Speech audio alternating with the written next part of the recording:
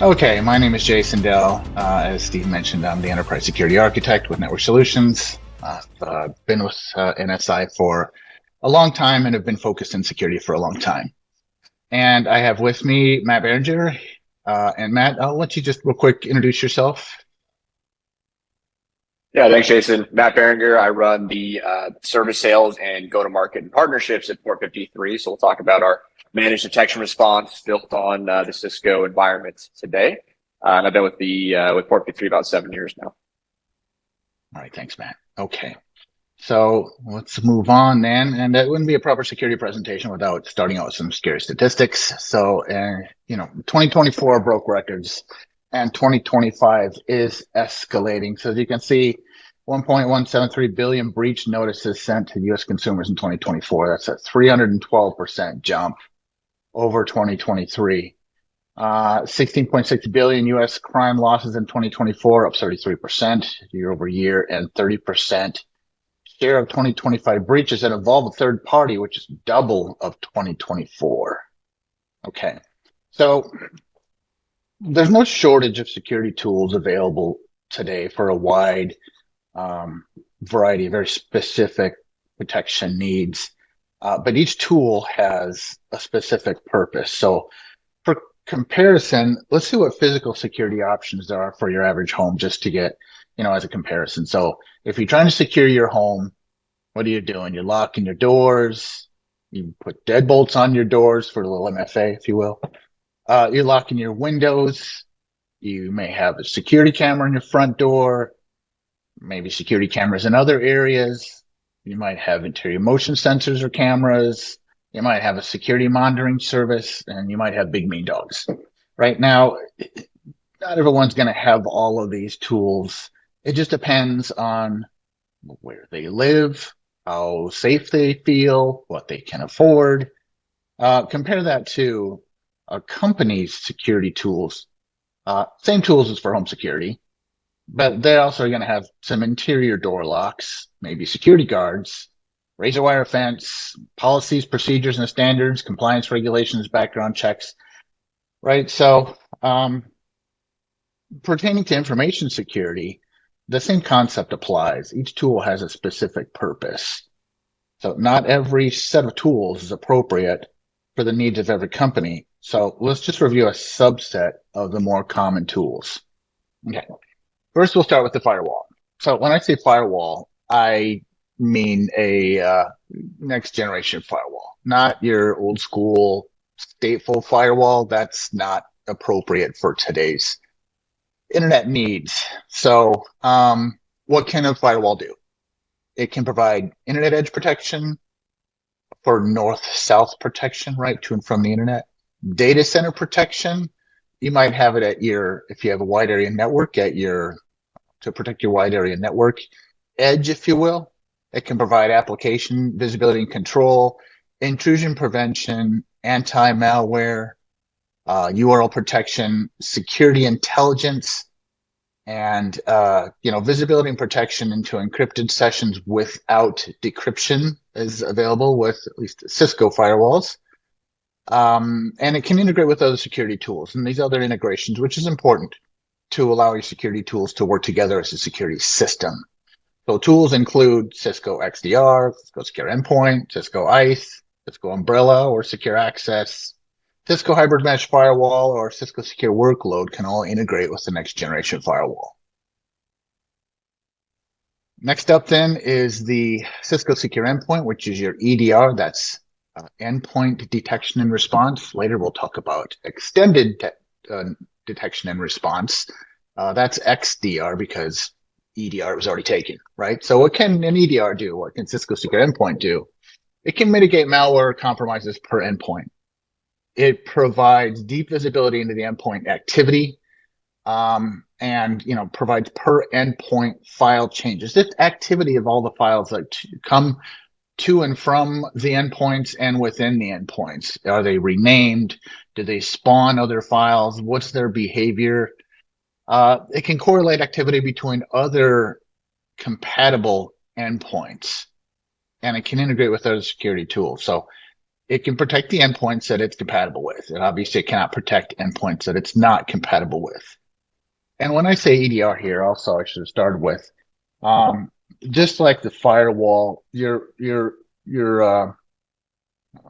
point in time antivirus is not going to be sufficient. It's not going to provide all this visibility, and it's not going to be a tool that you can use for any kind of investigation.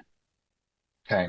Um, Cisco Secure Endpoint can integrate with many other security tools, including Cisco XDR, Cisco Secure Client, Cisco Secure File Analytics, and Cisco Orbital, and Cisco Identity Services Engine.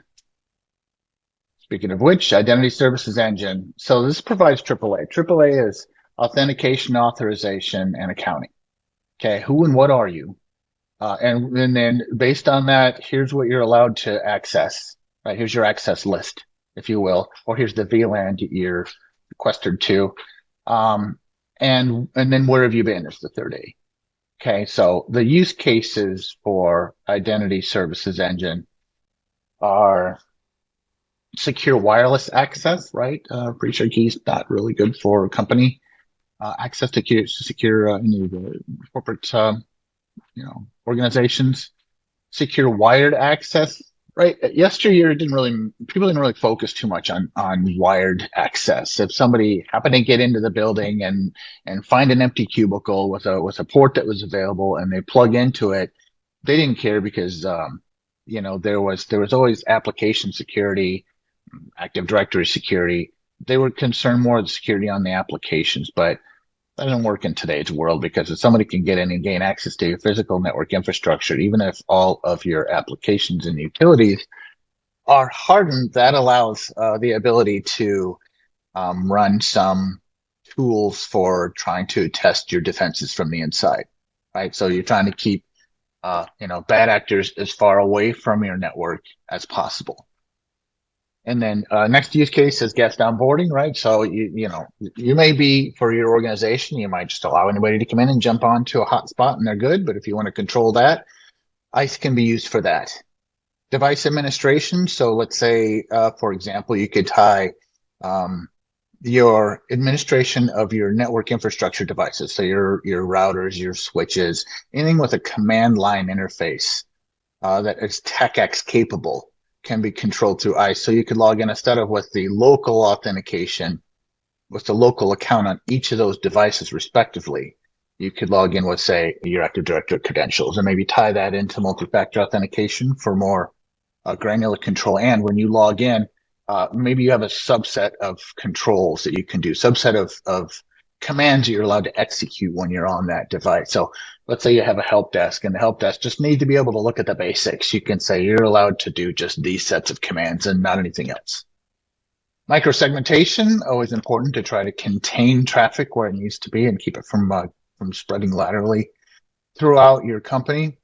Posture and compliance is what type of devices are allowed on the network and what, let's say, security tools are on those devices. Are you running, operating systems on your list that you want to approve? Do they have the service pack supply? Do they have run endpoint protection? Are they running a desktop firewall? Just to make sure they're compliant to be able to connect to your network. That's what compliance is. And ICE integrates with many other tools as well. Cisco XDR, Cisco Secure Firewall, Secure Endpoint, Secure Network Analytics, Duo, certain MDMs, third-party vulnerability tools, and any PX grid capable solutions. So Identity Service Engine is one of those Swiss Army knives, if you will. Okay. Next up here is the Cisco Secure Network Analytics. So SNA uses your network infrastructure as a sensor. That was even one of the phrases that was trying to be floated a long time ago, is network as a sensor, right? So, or network, yeah, as a sensor. So what this means is your network has the ability, your infrastructure, your routers and your switches, it watches traffic that's passing through them, each of these devices, and has the ability of gathering statistics, if you will, or metadata. So, these top talkers, top listeners, how much traffic, where they're going to, but it can't see in the data payload, right? But it's just like if you're standing on a busy intersection, you're saying, okay, I see a truck going north-south, or I see a car going east-west. But more than that, it can say, how much does that car or truck weigh? How fast is it going? How often do I see it? What's its final destination? You can't see inside of it though, right?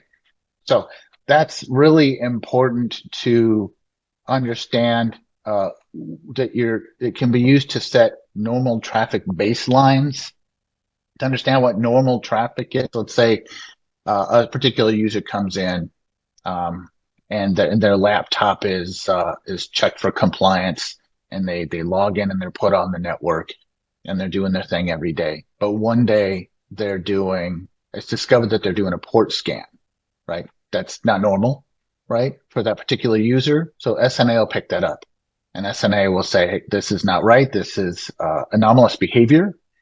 Or maybe you even can tell that some of the traffic is going to malicious destinations.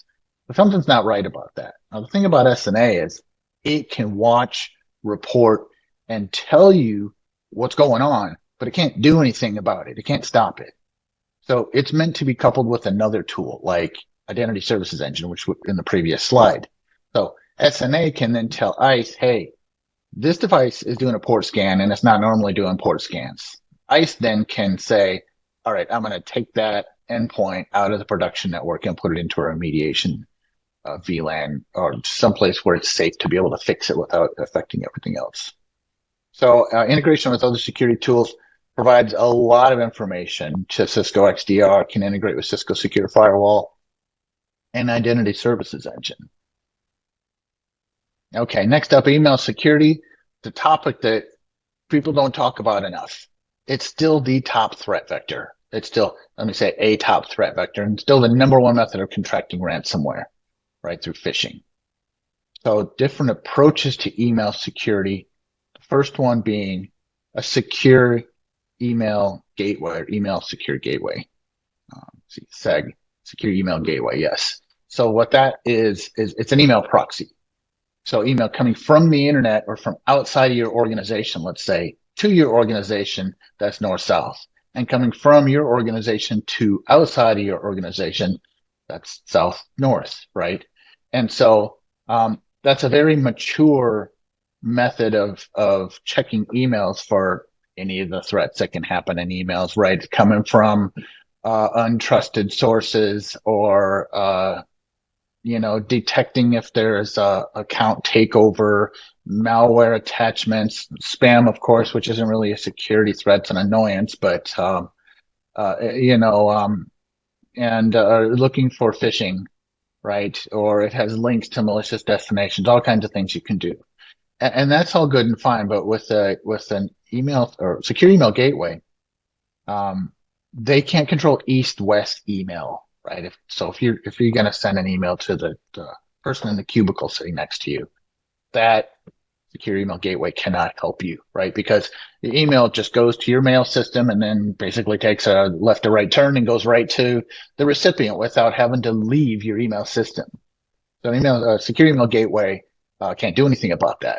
Another method of providing that level of protection that includes east-west is a different type of email security. So let's say from a Cisco perspective, the secure email gateway product is called, cloud email security or email security gateway.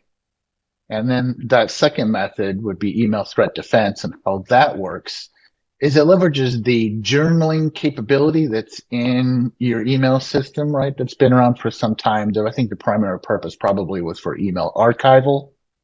But it can be used so that any email that's passing through north, south, east, west, wherever, it makes a copy of that email and journals it to email threat defense where it can be analyzed offline.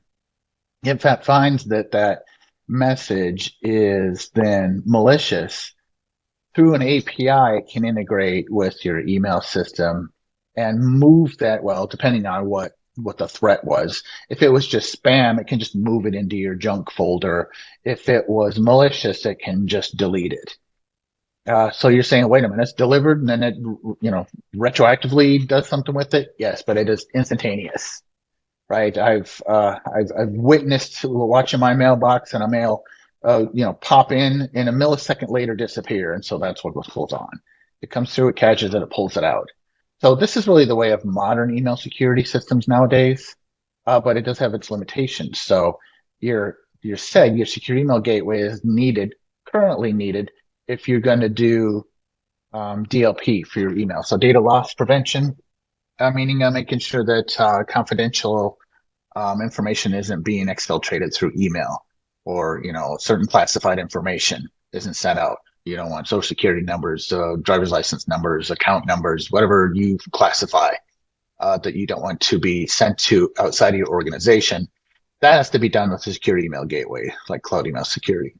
In addition, if you want to do secure email or a registered envelope service, means basically you're going to send a secure email to somebody, they get something in their inbox that says, "Hey, I got a message for you, but you gotta go to a website to just view it on the website."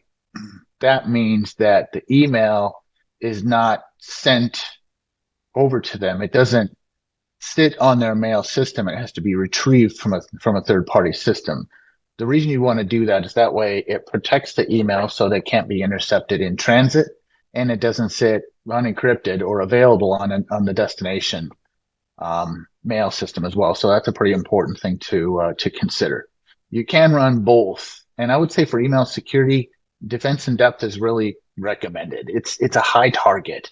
So I really wouldn't trust the email security that's built into your mail provider. I would seriously consider supplementing it with some external email security. Okay. And then MFA is SSO, access security. So Duo can provide strong MFA methods. And I think that's important to understand. Yes, turning on MFA is important from a binary perspective. Having any form of MFA is significantly better than having no MFA.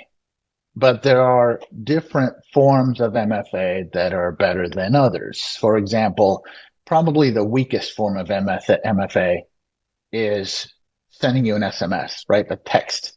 So if you get your text, okay, what is the number? It's 12345, right? You put in your code there. But the email, or rather SMS, can be intercepted through SIM attacks, and the same thing for phone calls. You get the phone call that says, "If this is you, press 1 and you can get logged in." I know a lot of banks still do that, but it's really the weakest method of MFA. There's much stronger methods using push authentication, verified push, using pass keys, using facial recognition or a fingerprint scanner. And so if you're doing MFA and it's possible, I recommend enforcing the strongest methods of MFA. Okay, but that's MFA. And then SSO, or single sign-on. The benefits of single sign-on is if you have a number of different systems and each of those have their own set of credentials for each of your users, those users then have to remember those different sets of credentials. Of course, the rules are don't reuse credentials, right? So if you've got 10 different applications, they've got to use 10 different sets of credentials. And so not too long ago, we would say, in addition to that, you have to change those passwords every now and then, but those standards have changed recently. And now they're saying, don't change them as often, just have very long passwords, right? Well, that's hard for users to remember a very long passwords as well, especially if you have multiple systems. So then they encourage them to say, all right, so I'm going to put this in a notepad and save it in a super secret place on my phone or on my computer. No one will ever find it, but that's all my passwords, right? What single sign-on does is through methods that tie directly into your cloud applications. This applies mostly to cloud applications.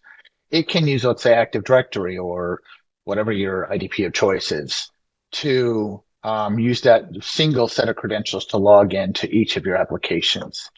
And in addition to that, once you log into your first application on a particular browser, your first SSO application you log into, it might ask you for your credentials, but the next one you open up that's SSO, it already has authenticated you. It knows who you are. So it just lets you into the application and so on.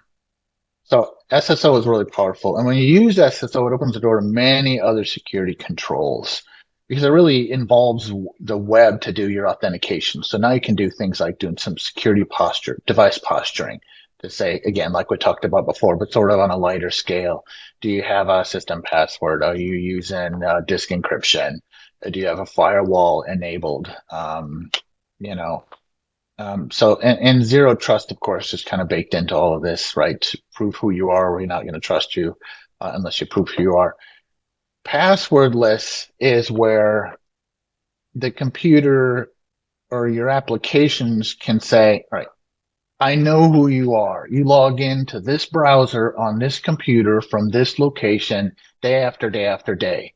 So I'm not going to make you go through the whole rigmarole of, username, password, MFA with, verified push and all that and your fingerprint and facial scan. And all that. I might have you do that once, and then going forward, there'll be fewer need for fewer number of additional credentials in order for you to get logged in. So passwordless is more of a benefit to users who might be getting a bit of fatigue from having to try to put in all these credentials and go through thread the needle to get logged into their application.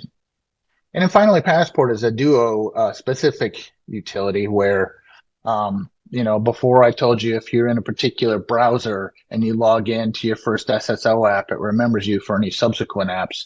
But it by itself, if you happen to open up a different browser, this other browser doesn't know that you logged in on the prior browser. They don't talk to each other, right? So you have to re-authenticate again, where Passport is on the system. And now your first SSO, it's going to remember you. So no matter which browser you open up, it's going to pass that through. Again, fewer instances of having to prove who you are, which is good for users. Because then the users, there's less need for them to try to record or shortcut or bypass security if you have all that. So it might be that you log in and provide MFA to log into your Windows laptop. And then to get into your applications, it's good to remember who you are to get into all your future applications, right? Passport. Okay. Identity intelligence is a utility that ties into any of your different IDPs. So if your identity providers, so it maps all identities, it analyzes the behavior, it unifies the data from multiple IDPs. And so it can tell you things like stale accounts, excessive permissions, MFA bypass attempts. It's really meant to dig into all the different methods of authentication. And it's very revealing, right? So you might go in there and find, wow, this account, I didn't even know it existed. Or I didn't even know that one didn't have MFA enabled. Or it has all these different permissions. So it helps you with that. It's a very powerful tool. Okay, Secure Services Edge is a conversation all by itself, but I'm just going to try to summarize it here in a few seconds if I can.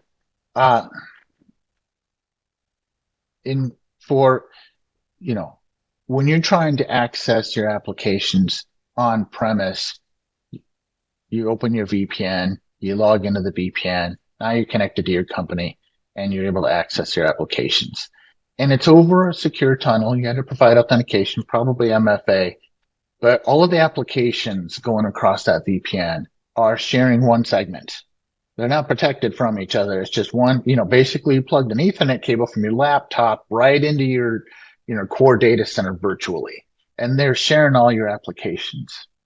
So from an SPA, secure private access, that differentiates each of those applications, and it's got a zero trust principle, which means it has to prove for each of the applications who you are. And it also segments each of the traffic for each of those applications and allows things like, decryption for, being able to inspect TLS and HTTPS types of applications. Cloud delivered firewall, you can put in, rules, posture, intrusion prevention, which is really huge, and step up authentication. If something doesn't seem right, then maybe it will try to do that, verified push. So that's the next generation of remote access. Pertaining to cloud applications, that's what secure internet access is. Right now, you're hanging out at home, you want to go to your cloud application, you just go straight to it. But all your security tools in your place of business, they don't have any visibility to what goes on there. You depend entirely on the application to provide that level of security. So what controls do you have within the application? You have no external control to it. So secure SSE, particularly secure internet access, provides the ability to say, okay, let's get in there. Let's watch all this traffic. Let's make sure it's behaving properly. You're not connecting to anywhere malicious. Also, you can provide, intrusion prevention, malware, as you're communicating to it, malware control, sandboxing, and data loss prevention, which is huge, right? To maybe keep you from trying to save again those classified data to unsanctioned cloud applications. Very powerful. And this is still kind of new. I mean, a lot of these concepts have been out for some time, but SSE is going to be more and more the norm going forward for everybody. Eventually, everyone will get there. Okay. All right. So bad news. You've been attacked with ransomware. You get the screen here. Usually there's improper grammar or misspellings, and you've got, it gives you your screen here, says that you got to pay up in Bitcoin. Otherwise, you're going to lose your data. So all these tools we just talked about before, and let me just emphasize here, you may not need all of those tools that I just talked about. You might only need a subset. It just depends on what kind of data you have, the importance of that data, and where it resides. So call NSI and talk to me, and I'll help you work that out. But even for multiple tools, how do you tie it up? They all have different dashboards. They look and feel differently. You got to be really kind of a professional security analyst to try to manually correlate between these applications.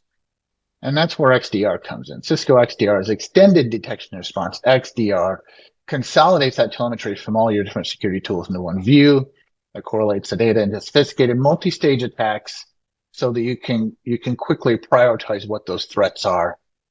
And it provides evidence-backed automation for response and reporting. So telemetry, correlation, automation, and response. So it really brings all your tools together with one dashboard for viewing these applications. Okay. So we'll do a quick comparison here of different similar management tools. So some people have just a managed EDR or MEDR, right? They have their EDR tool and it's managed by the same company and they tell them everything that's going on the endpoint. That's great, but its limitation is visibility only to the endpoint, not to any of the other security tools. So what about those endpoints that are incompatible with that EDR? They're off the visibility. There's nothing there. So EDR gives endpoint visibility. A SIM is a big, complex, difficult to manage system and expensive. And so a SIM stores your logs. A SOAR, security, I forget what the O is, and automation, and I had it just a little bit ago. I forget anyway.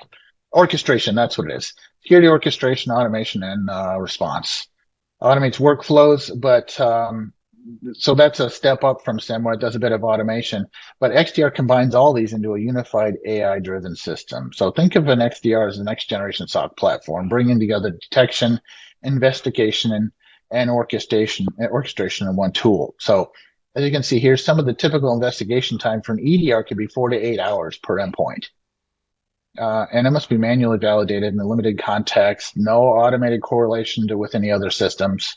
A SIM can be 8 to 24 hours or even days after an attack, right? So analysts must search and correlate logs manually, context spread across multiple sources, and there's some high false positive ability. Take a SOAR. This is after the playbooks are tuned.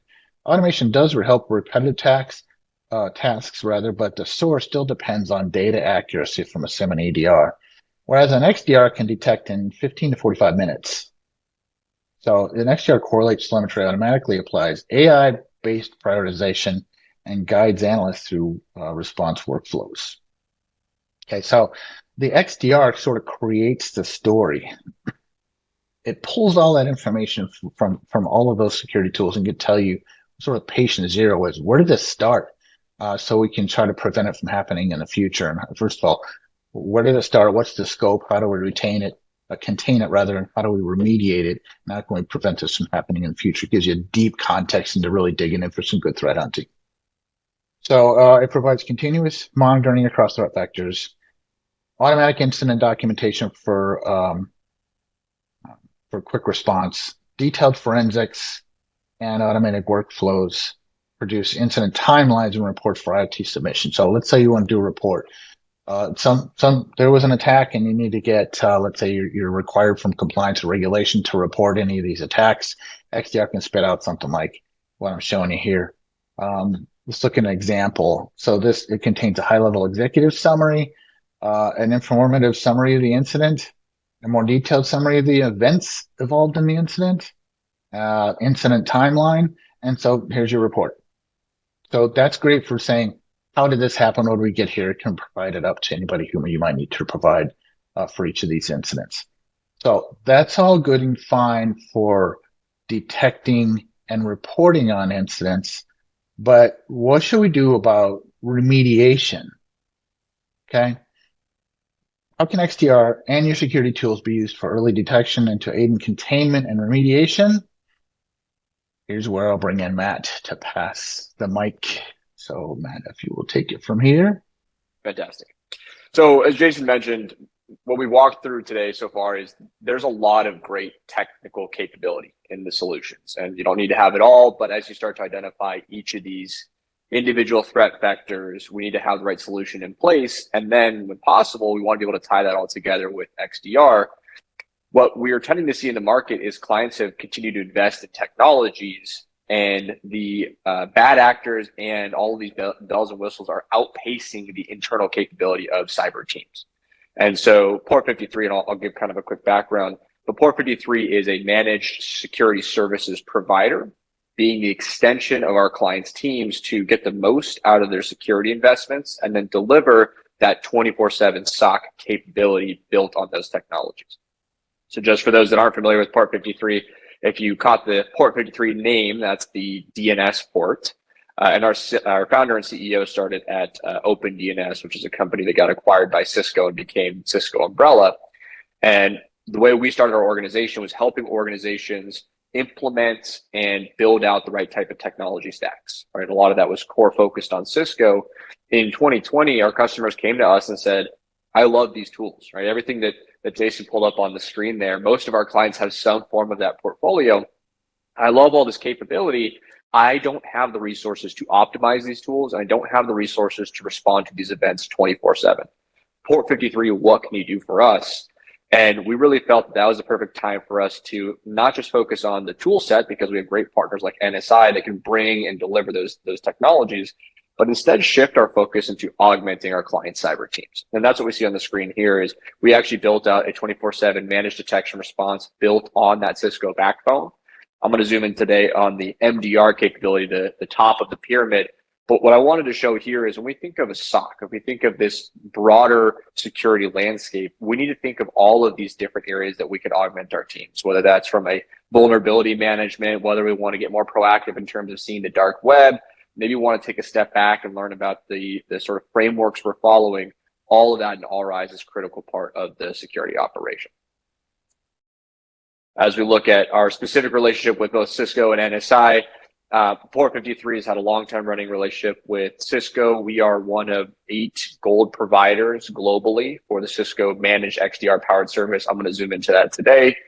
We actually sit on the XDR and secure endpoint advisory boards, so really focused on the detection response outcomes. And a lot of that has to do with the innovation we apply around Cisco. So whereas NSI is going to be the solution reseller, implementation organization, really get you to that foundation you need from an architectural perspective. Our goal is to take you beyond that, working with NSI to the next level. How do we put in the right type of automation into your ecosystem? How do we build third-party integrations? And then most importantly, how do we deliver that 24/7 security operations center?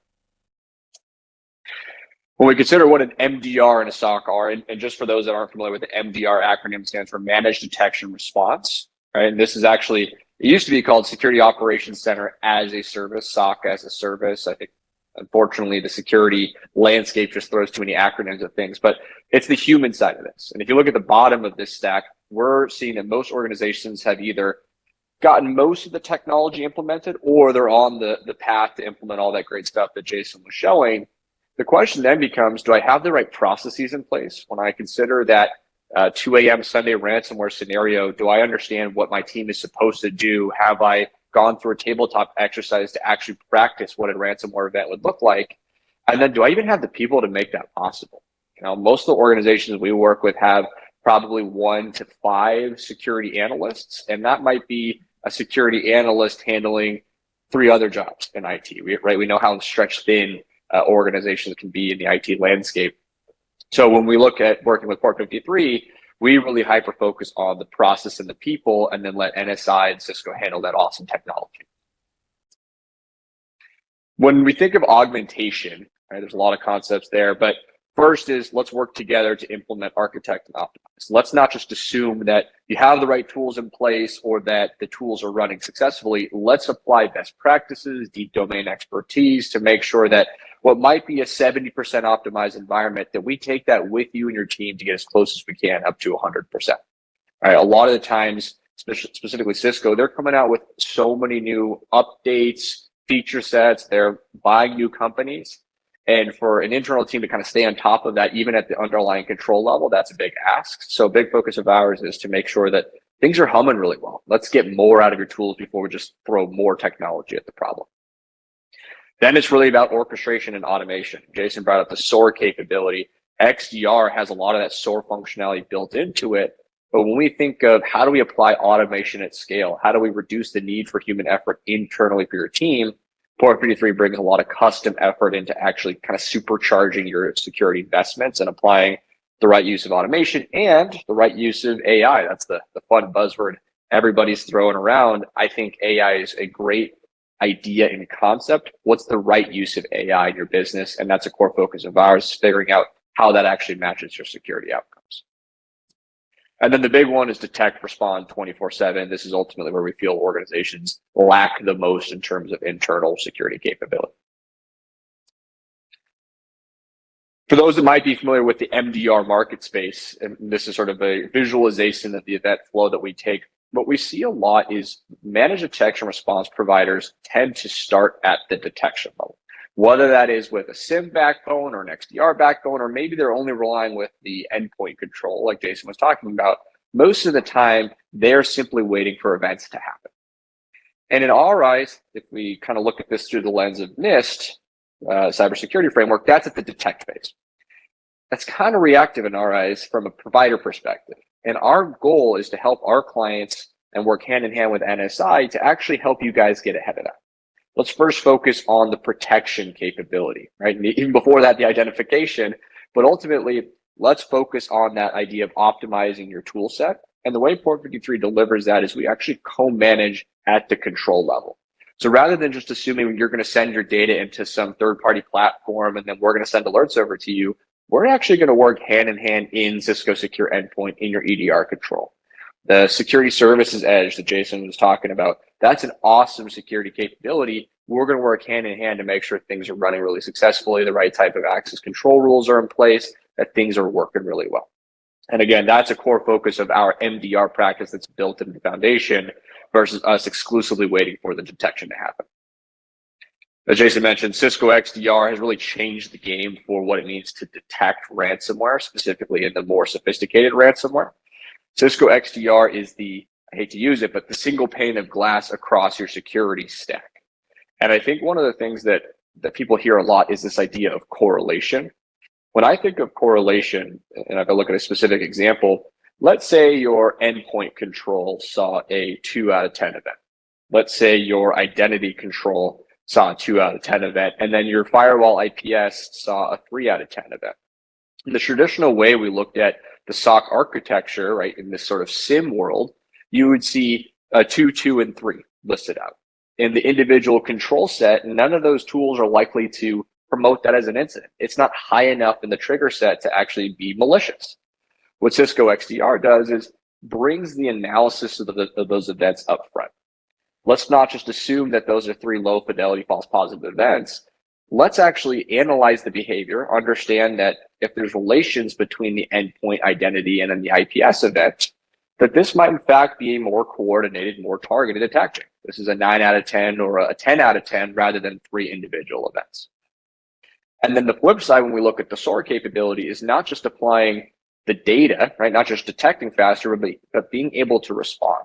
And whether that's through a fully automated playbook or more often is what our clients prefer from Port53 is a human in the loop triggered playbook where we see all the data and then one of our analysts reviews that and then clicks the button.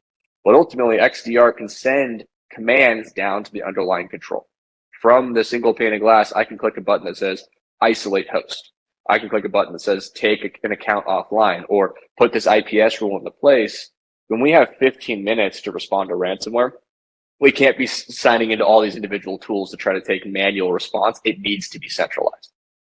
So the way we look at XDR is it's the engine for our SOC. And then the question is, who's on the hook to respond? As we look at maybe the more mature version of an architecture, as we kind of look at XDR plus SIEM or larger environments, Cisco XDR becomes that tip of the spear again for early detection. However, there are specific use cases where SIEM becomes a nice augmentation. If you're a healthcare organization, you're manufacturing, you may need to store data for a certain amount of time for compliance, retention, whatever that scenario might be. The Port53 managed SOC rounds out this architecture, again, working hand in hand with NSI to deliver this. But then our team becomes the 24/7 delivery on top of this full build. One of the things we find is really important in the managed detection response space is collaboration. Again, when we kind of look at the status quo of MDRs, it's very black box in nature. Send all your data over to a provider. They keep it in their proprietary architecture. And most of the clients don't get to actually see what's going on. We kind of took a fundamentally different approach with XDR, which is we collaborate and co-source. Right? Our clients own all of the licenses. NSI provides that capability through Cisco and delivers the actual technology, but it's our clients' ecosystems. And that allows us to be a little bit more flexible in our processes. We can be a little bit more involved during off shift or maybe less involved during prime shift. Our goal is to be an extension of your team, not just come in and say, this is our process, take it or leave it. And a big focus of that as you maintain the visibility is making sure that we're up leveling your internal team. All right, if you do have a security team or maybe even one person who's interested in security, we don't want to keep them in the dark. We want to take over the burden that they're seeing from a response standpoint, but we want to make sure that they're getting up leveled, that they understand all of that great tech stack that Jason was bringing up and start to get more out of that ecosystem internally. This also allows, this flexibility allows for growth, right? In 3 years, if you want to bring security in-house, because you maintain the architecture and Port53 just acts as an extension of your team, you can start to scale us back or scale us up. But the goal is we're here to kind of meet you where you are in that overall SOC maturity. All right, I want to step into probably what's the most important part of an MDR, which is security event. And if I kind of look at this as the table set for security response, you need to, as an internal team, detect, triage, alert the necessary parties, analyze indicators of compromise, contain, remediate before it spreads, recover lost systems or data, and then sit down at the end of all that to learn and improve. That's a massive ask for a full SOC team, someone who has 6 to 8 full-time internal analysts. That's a far bigger ask for someone who might be an IT generalist handling everything security, or maybe a one designated security person who's only there from 9 to 5. What we've seen historically in the MDR space is this idea of alert only. So the provider may call you in the middle of the night and say, hey, you're getting hit by ransomware. Here's all the indications we picked up on, generally in a sort of traditional legacy SIEM architecture. Here's all the indications we picked up on. Now, client internally, you need to go take action. And the analogy I use is, it's like someone calling you in the middle of the night and telling you the house is on fire. It's actually good to know that, right? It's better than not knowing that the house is on fire. So someone's at least alerting you. But if I am the person in the house and I don't have any firefighting expertise, that's still a tall task to basically clean everything out and put the fire out. So our core focus as a SOC provider in MDR is using all the capability XDR enables us to go through this full process with our clients. And by default, we can take this all the way through the contain phase on behalf of our clients. If I think of a 2 a.m. Sunday ransomware scenario, if I have telemetry coming from the endpoint, from the identity, from the firewall, from the edge, most of our clients, as part of the onboarding, they prefer Port53 does more for them. And what that would look like is we are going to isolate hosts, take accounts offline, put rules into the IPS, put rules in the outbound command and control capability in your security services edge, whatever we can do to stop the bleed, right? We're actually putting the fire out for you. And then from there, we don't let our clients kind of handle this on their own, but we do shift from, we've already handled this, we put the fire out, to Now let's work together as one big team to build this house back. So there really isn't ever a stage where, as the client, you're on your own through this process, but Port53 can take over more of the actual containment. And a lot of that is enabled by what Cisco XDR allows us to do. Faster detection capability and allowing us to actually push action down to the control to respond. A big focus we've maintained is a human touch. And it almost seems sort of backwards to where the industry is headed, right? We see a lot of AI, automation, and there's a lot of great capability going on. I've still yet to meet a security leader who would let AI remediate in their environment. There's just too much business intuition that's required, and you quickly run the risk of shutting the business down. If I'm a manufacturing organization, if I accidentally shut down one of the plants and the PLCs, that could be worse than ransomware. So we apply automation and AI really through the alert phase, and we're pushing the edge of what that means from an analysis phase. However, Port53 maintains a human in the loop for every event type. And the goal here is that we have that human who's working with you as part of your team to understand what are the trends going on, what are the criticality of the assets, and how do we make sure that over time we're actually improving the organization rather than just assuming, hey, AI is going to handle this for me. Now, will AI eventually get to the phase where it's getting more advanced to take that on and people are getting comfortable? Maybe. I think for right now, what clients are missing is the human element more than just adding more tools to the environment. Beyond the 24/7 capability, we have two ongoing cadences for our customers. So we have monthly technical reviews, and this is with the SOC team to go over all the previous month's event activity, discuss any sort of consultation or process review changes you want to make. We'll also review all of the configurations and the underlying controls, right? Is the EDR still up to scratch? Are all the isolation rules in place? How about your services edge? How about your firewall? Again, there's quite a bit of focus on that control co-management and optimization.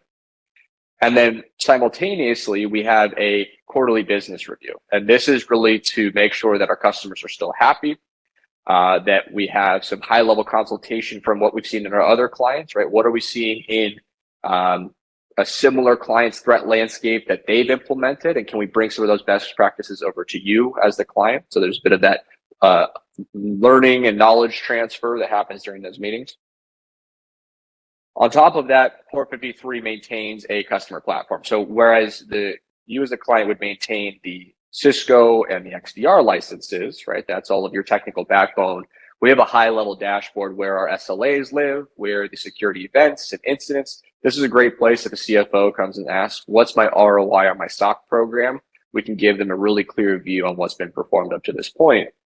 And one of the biggest requests of our customers over the last couple of years, really, is can we get a notification to my phone, right? I don't want to be called while I'm at dinner with my family, but I do want to be aware of what's going on. And we built out a mobile application. Right now, it's just for iOS, but we're finalizing Android. And this is a way to interface with the SOC, to be able to get security news, to get security alerts, to turn up the noise if you want to be more involved, to turn down the noise if it's too much going on in your environment, and to be able to interface with the SOC so that you can say, I want to confirm this action. Port53, let your analyst take this action. I approve that. Or, hey, I actually want to be involved in that process. You picked up on something funky. Let's have a discussion first before you take action. In the interest of time, I'll kind of breeze through this, but this is actually a pretty exciting real life scenario that we went through with one of our organizations, one of our clients. And this was based off of a firewall alert in Meraki. So Cisco XDR with the network detection capability picked up on some malicious DNS command and control capability correlated between Umbrella, Duo, and I think Meraki was involved in this as well. Port53 has built a lot of that custom orchestration in our client's environment. So kind of supercharging what XDR is able to do, we were able to enrich the data set and bring in additional context. And in this case, we actually applied one of our automated playbooks, which actually allowed Meraki to push an API command and automatically block the domain even before a human was involved. We then had an analyst review this, get the customer in the loop via the mobile application, and then ultimately we're able to close this out with full visibility and customer notification. So This was detection and resolution in 90 seconds. In this case, technology handled this with a human review. The human didn't have to get involved from the Port53 side.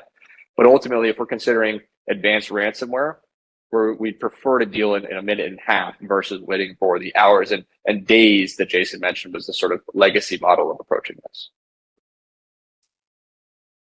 And just some overall stats and the success we've had so far, we've about a 94% renewal rate and a 99.95% SLA rate over the last 5 years. So a lot of the technology that Jason brought up and that NSI delivers has enabled us to be really successful. But beyond that, our customers have just been really happy with the delivery and they feel like they can sleep easier at night. Take this load off my shoulder. I'm not a security professional. I now have someone who has my back.